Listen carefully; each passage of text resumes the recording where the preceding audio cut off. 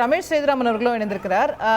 Sir, இந்த doctor Sumanth எழுப்புறாருல முக்கியமான கேள்வி, ஓபிஎஸ் டிடிவி தினகரன்லாம் கூட்டணியில அபிஷியலாவே இணைஞ்சிட்டாங்க, அறிவிச்சிட்டாங்க, ஆனா ஏன் இன்னைக்கு வரல கன்னியாகுமரிக்கு அப்படின்ற ஒரு கேள்வி.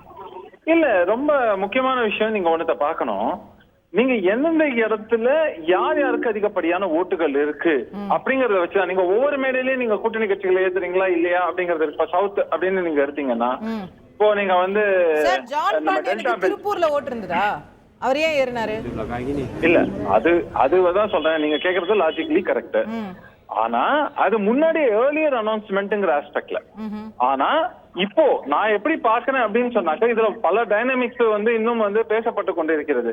ஏன்னா இவங்க வந்து இவங்க வந்து ஓபிஎஸ் வந்து என்ன பண்றாங்கன்னா, இப்ப நாங்க கோர்ட்டுக்கு போயிருக்கோம் இந்த இரட்டை இலை சம்பந்தப்பட்ட விஷயமா, இப்போ அடுத்து வர முன்னெடுப்புகளை பார்க்கலாம் அப்படின்லாம் பேசிட்டு இருக்காங்க ஒரு பக்கம். ஓகே, இன்னொன்னு என்ன சொன்னா கூட, இப்ப சரத்குமார் இருந்தா இணைஞ்சாச்சு, எல்லாமே அவர் இதுல தாமரையில் தான் போட்டியிடுவார் அப்படிங்கறதுலாம் ஓரளவுக்கு நமக்கு வந்து ஊர்ஜிதம் செய்யப்பட்ட ஒன்று. இன்னொன்னு, அவருடைய ஓட் பேங்க் அப்படின்னு பாத்தீங்கன்னா ஒரு கம்யூனிட்டி ஓட் பேங்க். அது அந்த அவங்க எங்க இன்னைக்கு நடக்குதோ அந்த இடங்கள்ல அவங்களுக்கு அதுக்கான ஒரு தாக்கம் இருக்கு. இப்ப அடுத்த கட்டமா நீங்க இவங்கன்னு வரும்போது நீங்க எல்லாமே ஓகே, அவங்கதான் வந்து நாங்க கூட்டணியில இருக்கோம் அப்படிங்கறதையும் சொல்லிட்டாங்க, எல்லாமும் பண்ணிட்டாங்க. ஆனா அவங்களோட முயற்சி இது வரைக்கும் எதுவா இருக்குன்னாக்கா, எந்த சின்னத்துல போட்டியிட போறோம், என்ன பண்ண போறோம், இது எல்லாமே இருக்கு இல்லையா? அதனால அதுக்காக ஒரு டிலே இருக்கலாம் அப்படின்னு நான் பாக்குறேன், அந்த ஆஸ்பெக்ட்ல தான். ஏன்னா வந்து இது வந்து தெளிவான ஒரு, இப்ப நீங்க மக்களுக்கு முன்னாடி மேடையில நீங்க ஏறிட்டீங்கன்னா தெளிவாக, இப்ப நான் ஒரு உதாரணத்துக்கு சொல்றேன், இப்ப பாமகவே வராங்கன்னு வச்சுக்கோங்க, பாமக அனௌன்ஸ் பண்ணாங்கன்னா மேடை ஏறாங்கன்னாக்கா தெளிவா தெரியும் அது மாம்பழம் சின்னத்துல போட்டிடுவாங்கன்னு.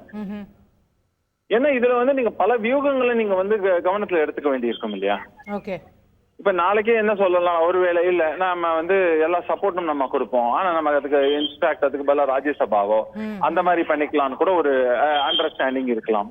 இந்த மாதிரி பல விவகாரங்கள் வந்து எல்லாமே வந்து இந்த கவனத்துல எடுத்துட்டு தான் அதுக்கேற்ற மாதிரி தான் நகர்வுகள் இருக்கும். இன்னொன்னு, நீங்க எல்லா கூட்டத்தையும் ஒரே கட்சியில ஒரே மேடையில ஒரே சமயத்துல ஏத்திட்டீங்கன்னா வேர் இஸ் எக்ஸைட்டிங் ஃபேக்டர்? மக்களுக்கு அடுத்தடுத்து எல்லாருமே அதே மேடையில தோன்றினாங்கன்னா அது ஒரு எக்ஸைட்மெண்ட் ஃபேக்டரா இருக்குமாங்கிற ஒரு கேள்வி இருக்கு. அடுத்த மேடைக்கு யாராவது ரிசர்வ் பண்ணி வைக்கணும்ன்றதுக்காக. ஆமாங்க, இப்போ வரிசையா வந்து that is also keeping people excited. ஏங்க எலெக்ஷன்னாலே என்ன அறிவிச்சிட்டாங்கல்ல சார், இனிமே என்ன சார் எக்ஸைட்மென்ட் ஃபேக்டர், அறிவிக்கிறதுங்கிறது இல்லைங்க. இப்ப நான் என்ன கேக்குறேன், இப்போ படத்துக்கு போயிருங்க, அறிவிச்சிட்டாங்க, பூஜை போட்டாங்க, படத்துக்கு சொல்றோம், ஆனாலும் தெரியாது, சர்ப்ரைஸா யாரையாவது மேடையில ஏத்த போறீங்கன்னா நீங்க சொல்றது வந்து நான் ஏத்துக்கிறேன். பட் டிடிவியோ அப்படி பண்றதுன்னா இந்த சரத்குமார் விஷயத்துக்கு நீங்க சொல்லலாம், எல்லாமே அறிவிச்சாச்சு, எல்லாம் பண்ணியாச்சு, அப்புறம் என்னது மேடையில ஏத்துறதுக்கு என்னத்துக்குன்னு? அப்படி கிடையாது. ஒவ்வொரு மேடையிலையும் அதுவும் வந்து நீங்க வந்து ஒரு முக்கியத்துவம், அதே மாதிரி பாருங்க எல்லா கட்சிகளும், ஈவன் நீங்க காங்கிரஸ் திமுக கூட்டணியில கூட எடுத்தீங்கன்னா, எங்கே காங்கிரஸ்க்கு முக்கியமான ஓட்டு எங்க அவங்க போட்டியிட போறாங்களோ அந்த இடத்துல அவங்களுக்கான இந்த மேடையில ஒரு முக்கியத்துவம் கொடுக்கப்படும். அதே மாதிரி அவங்க கூட்டணியில இப்ப வந்து முஸ்லீம் இருக்காங்கன்னாக்கா அவங்களுக்கு ஒரு முக்கியத்துவம் கொடுக்கப்படும்.